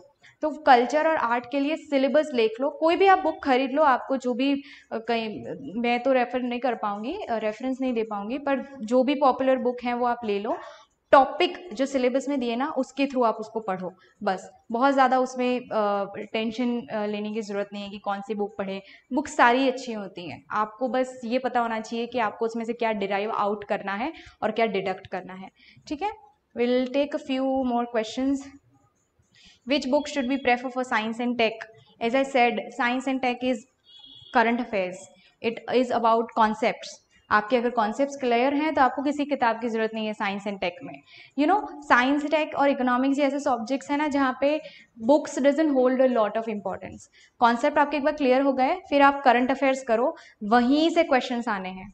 Then फिर आपको, क्योंकि साइंस एंड टेक में बेसिक्स में तो अभी बिल्कुल बेसिक तो वो पूछेंगे नहीं, बेसिक्स भी पूछेंगे तो वो करंट अफेयर से लगता ही होगा. फॉर एग्जाम्पल मान लो कोई स्पेस सैटेलाइट लॉन्च हुआ है, so they might ask about GSLV PSLV also. So that is the most probable thing that they can ask. उसमें फिर वो बहुत ज़्यादा स्टैटिक नहीं हो जाता है. बट येस, अगर आपके बिल्कुल ही कॉन्सेप्ट क्लियर नहीं है तो आप किसी भी, जो भी आप कोचिंग फॉलो अगर कर रहे हैं ना, उनका साइंस एंड टेक का जो मटेरियल आता है ना उसको थोड़ा पढ़ लो. कोई भी करंट अफेयर में कोई जो भी न्यूज़ होती है ना उसके साथ साथ वो लोग उसका बेसिक भी एक्सप्लेन कर रहे होते हैं, तो आप वही कर लो. एज सच कोई बुक करने की आपको ज़रूरत नहीं, क्योंकि बुक में अगेन फिर आपको सिर्फ बेसिक्स मिलेंगे और करंट अफेयर्स तो मिलेंगे नहीं. तो I think science and tech और इकोनॉमिक्स इसके लिए, एंड ऑल्सो द गवर्नेंस, ये 3 टॉपिक्स के लिए किसी भी कोचिंग इंस्टीट्यूट का मटीरियल आप पिक कर सकते हैं. ठीक है, then how do we need to mug up more? Just for a change, there's a question, how do we need to mug up more? I think you don't really need to mug up anything. So you can never mug up more and more. It's not required. I'm sorry. How to make concise note for current affairs? Concise notes for current affairs, I think अभी क्योंकि mains round the corner है तो ये बहुत ज़रूरी हो जाता है कंसाइज नोट्स. जो लास्ट मोमेंट नोट्स बनाने का क्या सिर्फ एक मकसद होता है कि एग्जाम के कुछ दिन पहले आप उसको ठीक तरीके से रिवाइज करो. That's the sole motive behind these notes thing. So make sure, जैसे लेट्स से हेल्थ इंफ्रास्ट्रक्चर की जो मैंने बात कर ली है, ठीक है, तो विज पेन ओके, ठीक है. सो you have read a lot about health infrastructure, योजना पढ़ ली, बुक पढ़ ली, सब कुछ पढ़ लिया. Now when you finally are thinking about making notes, आप शायद फ्लो चार्ट्स पे उसको बना लें या कोई टेबुलर फॉर्म पे उसको कर लें. जैसे हेल्थ इंफ्रास्ट्रक्चर हो गया, ठीक है.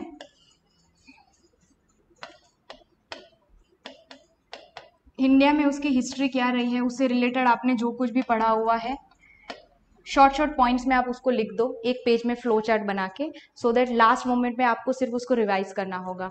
उसके बाद प्रेजेंट सिनेरियो क्या है, बजटरी एलोकेशन कितना है, तो बजट जितना भी उसका 2 या 3% जितना भी वो है वो आप उसमें दिखा दो. कोई इंडेक्स आपको याद करना है, UNDP हो गया, HDI इंडेक्स हो गया, ह्यूमन डेवलपमेंट इंडेक्स, तो यहाँ पे उसके बारे में, क्योंकि वहाँ पे भी हेल्थ बैक सेट बहुत ही prominent part of both this indexes also. वहाँ पे क्या रैंकिंग है, अगर रिसेंटली इस रैंकिंग की इनके जो रिजल्ट्स आए हैं तो वहाँ पे उसको इसके साथ आप कर लो. करंट में कोई है इससे रिलेटेड कोई नई स्कीम डिक्लेयर हुई है तो वो भी आप यहाँ पे कर सकते हैं. पब्लिक और प्राइवेट हम लोगों ने हेल्थ केयर सिस्टम की बात की, तो ये पब्लिक, और इसमें आप कौन कौन से मुद्दे कवर करेंगे, तो कि भाई दोनों में जो एक्सपेंडिचर का डिफरेंस आ जाता है, दोनों में जो मैनेजमेंट का डिफरेंस आ जाता है, ठीक है, दोनों की regulation, private health care system को आप कैसे रेगुलेट करोगे, दोनों के डिफरेंसेस क्या हैं. इस तरीके से फ्लो चार्ट्स में आप जो है ना लास्ट मोमेंट जो नोट्स हम बोलते हैं वो इस तरीके से आप बनाओ. सेम वे जो आर्ट एंड कल्चर की हमने बात की ना कि आप रीजन वाइज बनाएं कि नॉर्थ गुजरात में कौन सा फोक सॉन्ग पॉपुलर है, साउथ में, तो आप एक मैप बना लो गुजरात का, उस रीजन में कौन से रीजन में कौन सा वो फेमस है, वो आप उस तरीके से देख लो. इससे क्या होगा, आपके दिमाग में ना वो जो फ्लो चार्ट होगा एकदम स्टिक हो जाएगा. And the moment you see the question it just you are just ready to vomit it out. ठीक है, तो इस तरीके से आप लास्ट मोमेंट नोट्स बना सकते हैं. नॉट मच, कोई फॉर्मूला नहीं है किसी भी चीज़ का, it has to be you. Notes वैसे बनाएं जो आपको समझ में आते हैं, बाकी कोई वो ऐसा नहीं है कि इसी तरीके से नोट्स बनाए जाते हैं. जिस लैंग्वेज में जिस तरीके से आपको लगता है कि लास्ट मोमेंट आप 2 मिनट में 20 पेजेस के नोट्स आप 2 मिनट में रिवाइज कर सकते हो, तो बेस्ट पॉसिबल चीज़ आपके लिए क्या है वो करें. It could be flow charts, it could be bullet points, it could be diagrams, it could be anything. Okay, then which monthly current affair magazine did you follow? Because क्योंकि मैंने exclusive GPSC की तैयारी कभी नहीं की थी. I was always a UPSC aspirant, तो मैं विजन और इंसाइट्स को काफ़ी फॉलो करती थी, तो दे आर बोथ रेकमेंडेड. उसके अलावा भी DICS के भी करंट अफेयर्स काफ़ी अच्छे आते हैं, आप वो भी कर सकते हैं. But these are I think the most populars, visions and insights and now the DICS as well. आप इनको कर सकते हो. बहुत ज़्यादा डाइवर्स मत होना. अगेन द सेम चीज़ इसमें भी, ये भी पढ़ रहे हैं वो भी पढ़ रहे हैं. कोई भी इंस्टीट्यूट कोई चीज़ मिस आउट नहीं करेगा. वो अपनी मैगजीन उसी तरीके से बनाएगा जिससे कैंडिडेट को सबसे ज़्यादा फ़ायदा हो. ठीक है, तो जो पढ़ रहे हो उसको रिलीजियसली फॉलो करो, उसको अच्छे से फॉलो करो. That is the only trick. No I would say कि यही मैगजीन आपको रैंक में लाएगी, no such thing. So diagrams in essay, यार ये तो बहुत समवन हैज़ आस्क्ड कि ऐसे में डायग्राम्स होते हैं क्या? आई मीन नहीं होते हैं यार. सी, ये जो एग्ज़ाम है ना mains, obviously it's very important exam, but treat it as the most normal exam. यहाँ पे वो लोग आपकी एब्सोल्यूट बेसिक चीज़ों को टेस्ट कर रहे हैं. लैंग्वेज पेपर्स में रिपोर्ट्स, लेटर, डायलॉग राइटिंग ये सब किसी किसी को लगता है ये बचकान चीज़ें क्यों पूछ रहे हैं, but all that they want is go to your basics. School में आपने 11th-12th तक जिस तरीके से लैंग्वेजेस को पढ़ा है उसी करो, because at the end what they want to test is your drafting skills. आप कल को ऑफिसर बनोगे, क्या आप एक अच्छी तरीके से किसी के साथ कन्वर्स कर पा रहे हो फॉर्मल लैंग्वेज में। आपको आपके सीनियर को जूनियर को लेटर लिखना है तो उसमें आपको फॉर्मेट पता होना चाहिए, reports writing, all these things जितनी भी पूछी जा रही है ना, ये लैंग्वेज पेपर्स हो गए, ये सारी चीज़ें आपको आपकी आने वाली ब्यूरोक्रेटिक लाइफ में काम आती है। That is the reason why these things have been asked in essay also। You have you ever seen an essay with diagram? No, never. That's not the format. Okay, no diagrams in essay. Get clear with that. Again UPSC या GPSC level का कोई ऐसे नहीं होता है, ऐसा कुछ नहीं होता है। इसमें टॉपिक्स ही उस लेवल के होते हैं, आप उसमें बचकान चीज़ें नहीं लिख सकते हैं, right. You can not go wrong with what your writing in the essay papers. ऐसे कभी भी बहुत ज़्यादा हार्ड या टफ नहीं होता है, जो टॉपिक पूछा गया है उसके अकॉर्डिंग आपको लिखना है। मानसिकता आपकी वही होनी चाहिए जो हम लोग 10th और 12th में लिखते हैं। मैं आपको फिर से बता रही हूँ, ये एग्ज़ाम बहुत ही नॉर्मल और बेसिक है। पढ़ाई ज़्यादा करनी है आपको, हार्ड वर्क ज़्यादा करना है, बाकी अप्रोच एकदम नॉर्मल और बेसिक जो हम स्कूल टाइम में रखते थे वैसा है इसके अंदर। Okay, now some different question. As deputy collector, what and how diverse your role in controlling the pandemic? So there's so much to say on this because क्योंकि मैं भी खुद एक एस्पिरेंट रही हूँ, सो आई स्ट्रांगली फील जब हम लोग पढ़ाई कर रहे होते हैं ना, तब हमारे दिमाग में क्या चीज़ें होती हैं, द रेस्पेक्ट, गाड़ी, power, prestige, position. Of course ये सब चीज़ें तो हैं, but once you just cross this exam and that you sit on that chair, you will realize that there is a lot more in this services than these things जो हम लोग देख के बड़े होते हैं। And I'm really, I really feel lucky that I somehow got through this exam, because there is so much that you can do as an officer. Deputy collector की तरह मैंने क्या काम किया वो मैं नहीं बता पाऊंगी, because I am still in my probation, I am a trainee officer, but obviously we had our regular postings, तो थोड़ा मैं उस बारे में बताऊंगी। So being specific to this question, in controlling pandemic आपका काम कैसा रहा? So during this time we were posted as executive magistrates in our tehsil, in our taluka, in our blocks that we have.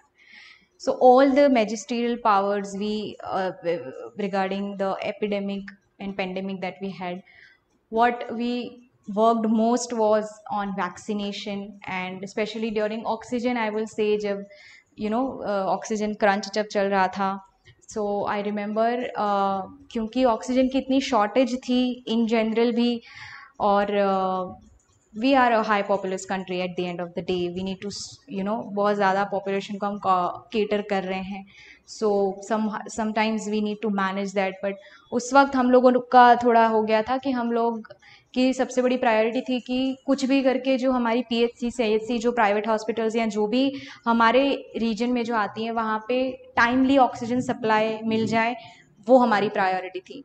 So we work day and night during that phase, because एक एक life बहुत important होती हैं। We were constantly in touch with the suppliers, the oxygen suppliers, all the technical things, the medical, the cylinders and everything. We learned a lot during that stage. कैसे आप कहाँ से oxygen procure करोगे, कितनी bottles आप कहाँ पे patients को देने वाले हो, at what level you should really go for oxygen and everything. Then vaccination पे हम लोगों को बहुत ज़्यादा काम करना, because I said during the session also, India में बहुत reservations हैं वैक्सीनेशन को लेके, एंड अभी जो सिनेरियो है उसमें vaccination is the only way out, right? There is no other way out. Mask and everything is obviously preventive measures, but vaccine is something that will you will be safe.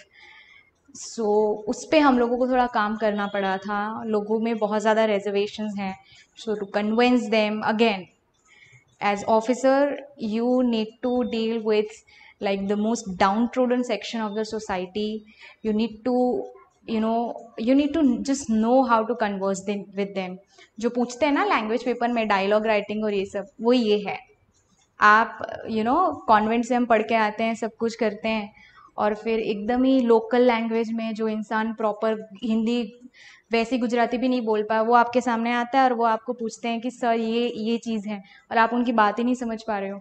I remember one of my senior officer, he told me that Siddhi, of course you are an officer now, but the real test of being a good officer is that जब आप आपके समाज के आप जहाँ पे भी काम कर रहे हो वहाँ पे जो सबसे गरीब आदमी है उसके साथ उसकी हर बात को आप जब समझ पाओगे ना ठीक तरीके से, वो है आपका असली टेस्ट ऑफ ऑफिसर. तभी आप, even when you do not know the language, ठीक है कि आपको लैंग्वेज वैंग्वेज कुछ पता नहीं, पर फिर भी वो कुछ बोल रहे हैं, उनके फेस को देख के उनकी हालत को देख के जब आप समझ पाते हो ना कि क्या कहना चाह रहा है वो गरीब इंसान, आई थिंक तब लगना चाहिए कि आप ऑफिसर हैं.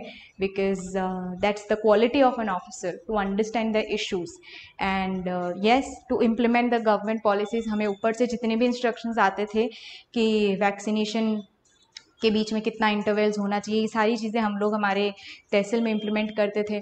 ऑक्सीजन हो गया, सोशल डिस्टेंसिंग एंड एवरीथिंग, जितने भी बेसिकली गवर्नमेंट की पॉलिसीज़ और इंस्ट्रक्शंस आते थे वो सब कुछ हम लोग मेंटेन करते थे, वो सब हमें इम्प्लीमेंट करना होता था. और क्योंकि ये पेंडेमिक सिचुएशन है तो इसमें लॉ एंड ऑर्डर की भी थोड़ी सिचुएशंस आ जाती थी, तो वो सारी चीज़ें हम लोग करते थे हैंडल, एंड बहुत ज़्यादा सेटिस्फेक्शन है.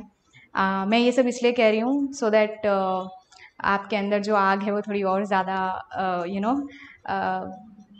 एक्सेंचुएट हो जाए, सो that you can work a lot harder, because बहुत ज़्यादा काम है यहाँ पे और आपकी बहुत ज़्यादा ज़रूरत है. We really need young officers, they are working really well. तो बहुत बहुत अच्छा आपको अपॉर्चुनिटी मिलेगा. Please work hard to get over there. Streams का ना, ठीक है. और कोई क्वेश्चंस नहीं लग रहे हैं अब?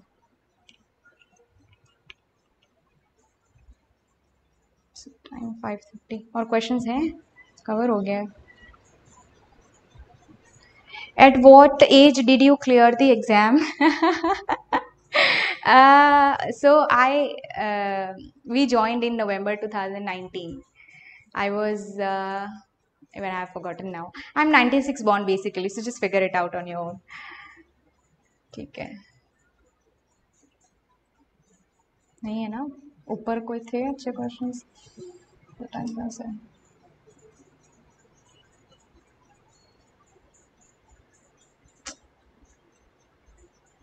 Read the news. If you do current affairs, do you need to read the newspapers? See, as I said, there is no set formula. There is no such thing कि भाई न्यूज़पेपर पढ़ा नहीं पढ़ेंगे. It's up to you. If आप regularly newspaper पढ़ते आ रहे हैं, it's good. अगर नहीं भी पढ़ा है, करंट अफेयर पढ़ा है, then also it's good. But sometimes it's good to read few articles, few good articles, because current affairs तो क्या है, मैगजीन में सब कुछ कवर ही होता है, लेकिन आर्टिकल में जिस तरीके से कुछ मुद्दों को वो लोग एनालाइज करते हैं ना, जैसे कि मैंने बोला vaccination in India as a whole, आपको वो टॉपिक कवर करना है. इसको गूगल करो आप, history of vaccination in India, Indian express, जो भी आप न्यूज़पेपर पढ़ते हो, एंड आप देखो वो आर्टिकल को पढ़ो. उस एक आर्टिकल में वो लोग हिस्ट्री से शुरू होके वे अहेड तक सब कुछ कवर कर लेते हैं, तो एक ना स्टोरी फॉर्मेट कवर हो जाता है. ठीक है. सो एडिटोरियल्स जो है ना वो आपको एक झलक देते हैं, छोटी सी झलक है कि आप ऐसे कैसे लिख सकते हैं आपका, क्योंकि वो लोग तो पर्टिकुलर टॉपिक पे एडिटोरियल लिखेंगे. एडिटोरियल भी कितना 300 400 500 वर्ड्स का तो होना ही चाहिए. तो वहां से आपको ये चीज़ सीखने को मिलेगी कि कैसे स्क्रैच से शुरू करके ऊपर तक आप पूरा फ्लो एक मेंटेन कर रहे हो with all the facts and figures and everything. तो कुछ जो मोस्ट प्रोबेबल टॉपिक्स हैं ना जो मेंस में आ सकते हैं, उनके बारे में आप दो तीन आर्टिकल ज़रूर अभी पढ़ लो मेंस के पहले पहले, और उसमें से जो मेन पॉइंट्स है ना वो निकाल के आप अच्छे से उसके नोट्स बना सकते हैं. How many attempts you took to GPSC? This was my first attempt. Okay.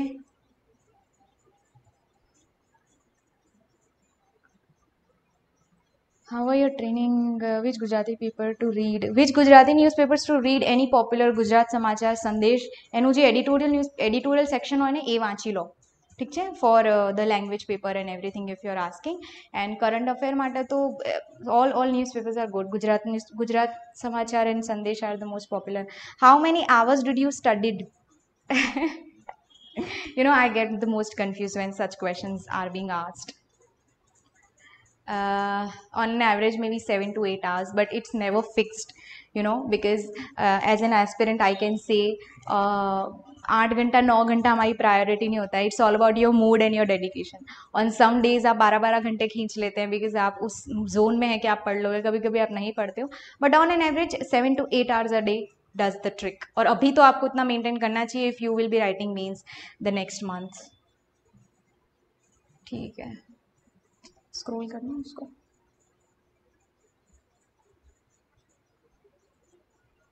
ठीक है, बंद करें. So I think we have covered the most of the questions and I have tried to cover them all.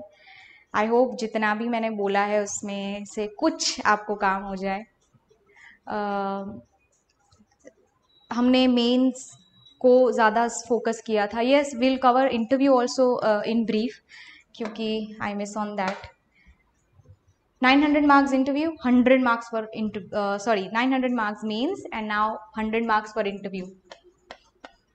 You know, I strongly feel, शायद थोड़ा unbelievable लगे, but I really think interview is the best part of this examination. No, हम लोग कहते हैं ना कि अच्छी चीज़ें हमेशा लास्ट में होती है. So ये अच्छी चीज़ है जो लास्ट में हो गया आपके साथ. After clearing that prelims and this deadly means, this is a relief stroke for you. Please do not fear interviews. This is the best part of the whole journey. Yes, 100 marks, ठीक है. 900 तो आपने ले लिए. अभी ये जो 100 marks है ना, ये आपको आपकी रैंक दिलाएगा. One of my friend, my batchmate, उनके मेंस में मार्क्स अच्छे थे. Obviously she is with me, so in top ranks, but what nailed her through was interview marks. उनके इंटरव्यू के मार्क्स इतने अच्छे थे कि 20-30 मार्क्स का डिफरेंस आ गया. 20-30 marks is huge. You know, average marks 50, 55, 50 is the average marks. 50 is the average marks in interview. अगर वो आते हैं उससे कम तो फिर कम हो जाता है, लेकिन उनके मार्क्स काफ़ी अच्छे हो गए थे, तो उस वजह से उनका फाइनल जो स्कोर था ना वो ऊपर बढ़ गया, एकदम रैंक चेंज हो जाती है. This is the importance of interview. आपके जो मेंस है उसको आपको थोड़ा और पुशअप करना है. Interview is the trick. Of course कुछ लोग होते हैं जिनके मेन इंटरव्यू में बहुत कम मार्क्स है, लेकिन मेंस में उन लोगों ने एकदम जैसे स्टार्टिंग में बोला 6 लगा लिए, तो फिर उनको कोई पछाड़ नहीं सकता है. लेकिन interview holds very very very huge importance. ठीक है, 100 मार्क्स का है, आराम से करिए, प्लीज़ कोई टेंशन मत लो. 1 या 2 मॉक्स दे दो. मुझे स्ट्रांगली लगता है कि बहुत ज़्यादा मॉक्स नहीं देने चाहिए, क्योंकि at the and interview is about you, your individuality. It's between you and the board. अगर इंटरव्यू में भी कोई सेट फॉर्मेट होता कि इसी हिसाब से आपको काम करना है, तो again they would have prescribed the whole thing ना, wear only this colour of shirt, where speak only this, इसी तरह से बात करनी. No, they haven't defined anyone, क्योंकि every person is different. Yes, there are a few qualities, officer like qualities as we say, right. उन चीज़ों पे आपको थोड़ा काम करना है, थोड़ा personality, the way you will talk, the way you will react, वो आपको मॉक्स में समझ में आ जाएगा. 1 या 2 मॉक्स दे दो, बहुत ज़्यादा नहीं देने हैं. फीडबैक्स को ध्यान में रखें, बहुत ज़्यादा सीरियसली मत लो उसको. ठीक है, don't let it affect you as a, मतलब ऐसा नहीं होना चाहिए कि यार मैं तो क्या ही कर रहा हूँ, मुझे तो इतने नेगेटिव फीडबैक्स मिल गए. No, you are always good. Just be true to your self, and in interview just be yourself, just be happy. ठीक है, जस्ट ऐसा आप सोचो इंटरव्यू के बारे में, अगर कि you know, because obviously they are all officers जो बोर्ड में होते हैं. सो आप जस्ट इमेजिन करो कि गुजरात गवर्नमेंट के कुछ बहुत ही अच्छे ऑफिसर्स हैं, उनके साथ आपको एक कमरे में बिठाया जा रहा है. 20 minutes, 30 minutes, you just get a chance to talk to them. How lucky are we, right? This is, मतलब इससे ज़्यादा अच्छी बात क्या हो सकती है. This is the most happening thing that can happen to an aspirant, कि सिलेक्शन होने से पहले ही उनको चांस मिल गया कि इतने अच्छे अच्छे ऑफिसर्स से बात करें. कहने का मतलब है, इसको बहुत ही नॉर्मल ट्रीट करो आप. ठीक है, they are there to select you. आप वहाँ जाओगे, आपका एक्सपीरियंस बहुत अच्छा रहेगा. बहुत ग्रेशियस होते हैं वो लोग, आपको बहुत ही कंफर्टेबल फील कराएंगे. They will test you on your conduct, the way you talk, the way you deal with questions. कुछ you know, just work on your body language. वो आपको मॉक्स में पता चल जाएगा. जैसे मेरे साथ क्या होता था ना, मेरी अभी भी ये चीज़ है कि मेरे दिमाग में जो कुछ चल रहा है वो मेरे फेस पे दिख जाएगा. So like if I am tensed you can figure it out, if I am very happy you can figure it out on my face. So feedback में मुझे ये चीज़ मिली थी कि आपके तो फेस से सब कुछ पता चल रहा है, so just try to hold a few things back. तो मुझे उस पर थोड़ा काम करना पड़ा था. I really just needed to work on my facial expressions a bit, not too much, so that मतलब ये ना लगे कि मतलब ये तो टेंशन में आ गई. कुछ क्वेश्चंस होते हैं ना जो आप एक्सपेक्ट नहीं करते हैं, आपको पूछ लेते हैं, तो उसमें मैं एकदम शॉक हो जाती थी. तो these things just give 1 or 2 marks, watch your self, work on your body language, your sitting properly. बाकी बस वहाँ जाना है. नॉलेज आपको बहुत ज़्यादा है, आपके बारे में आपसे बात करने वाले हैं. आपका कोई वर्क प्रोफाइल रहा है उसके बारे में अच्छे से पढ़ लो. हॉबीज़ जो है उसको अच्छे से कवर कर लो. Just you just need to know, you just need to be aware about what you like hobby में, and you just need to know what you have been doing, what you do आपकी job profile में. That's it. बाकी इससे आगे general current affairs में जो कुछ लगता होगा वो पूछ लेंगे आपको. मुझे उन्होंने फीमेल, मेरा काफ़ी वुमेन ओरिएंटेड रहा था, मुझे बहुत सारे क्वेश्चंस बैक टू बैक पूछे गए थे. तो you just need to be aware about what's happening around you and just be confident and relax, comfortable. ठीक है. इंटरव्यू के लिए आप टाइमिंग आपका कॉल होता है, लेकिन उस दिन और भी लाइंड अप होता है इंटरव्यू. हो सकता है आपको 5-6 घंटा, नॉट 5-6 घंटा, बट वेट करना पड़ जाए. बाय द टाइम आपके चांस है you are tired and you are exhausted and you don't feel like going एंड फिर आप एकदम डल फेस के साथ जा रहे हैं. No, you have to be fresh, you need to feel healthy. अच्छे से ब्रेकफास्ट करें सुबह, खुश रहिए और रिलैक्स होकर एकदम इंटरव्यू बोर्ड में जाएं. वो लोग भी सुबह से इंटरव्यू ले रहे हैं, वो भी थोड़े मेंटली एग्जॉस्ट होते हैं. Enter with good smile so that you know थोड़ा रिलीफ उनको भी मिल जाए. Just feel good about yourself, that's the only trick to interview. बाकी कोई टेंशन नहीं लेनी है. Do not mess a lot around what to wear and everything. मैंने देखा है बहुत से लोग, यार मैं क्या पहनूंगा, मैं ये पहनूँ वो पहनूँ. Don't do such things. Simple decent clothes, formal, बस. फिर लाइट ब्लू या dark blue shade, don't get into those things. You just have to look presentable and ultimately आप बहुत ही ज़्यादा डेकडअप होके जाते हैं, you know, like 3 piece and Oxford shoes. वहाँ जाके आप बोल ही नहीं पा रहे हो, डजेंट मैटर. ठीक है. वहाँ जाके बोलना, to be able to communicate, to be able to give the best impression of you in दो 30 minutes is the trick. That's the only thing that you need to do in the interview. Enjoy the process. ठीक है. अभी भी आप शायद देख रहे होंगे, मैंने जब से इंटरव्यू की बात बोलना शुरू किया तो मेरे फेस पे स्माइल आ गई है, क्योंकि मुझे मेरा इंटरव्यू याद हो गया. I had the best experience and everyone else also. So just enjoy the interview process and बाद में फाइनल रिजल्ट्स आ जाते हैं and that's it. I think, I hope आपको थोड़ी सी भी हेल्प हुई हो मेरी इन जो कुछ भी हमने बातें की. जो लोग भी मेंस लिख रहे हैं, I wish you all the very best. अच्छे से लिखे सारे पेपर्स. कोई डाउट्स वगैरह हो तो I am available on Twitter. Sooner or later I'll try to reply, but I will definitely try to reply. I'm there on Telegram as well. Timely नहीं, पर मैं आपको reply ज़रूर कर लूँगी. अगर आपको कुछ valid questions हैं examination point of view से, you can definitely approach that. So I think we don't have any more doubts, right? Yes, so we can end it over here. Thank you so much for bearing with me and all the very best, all of you. Thank you.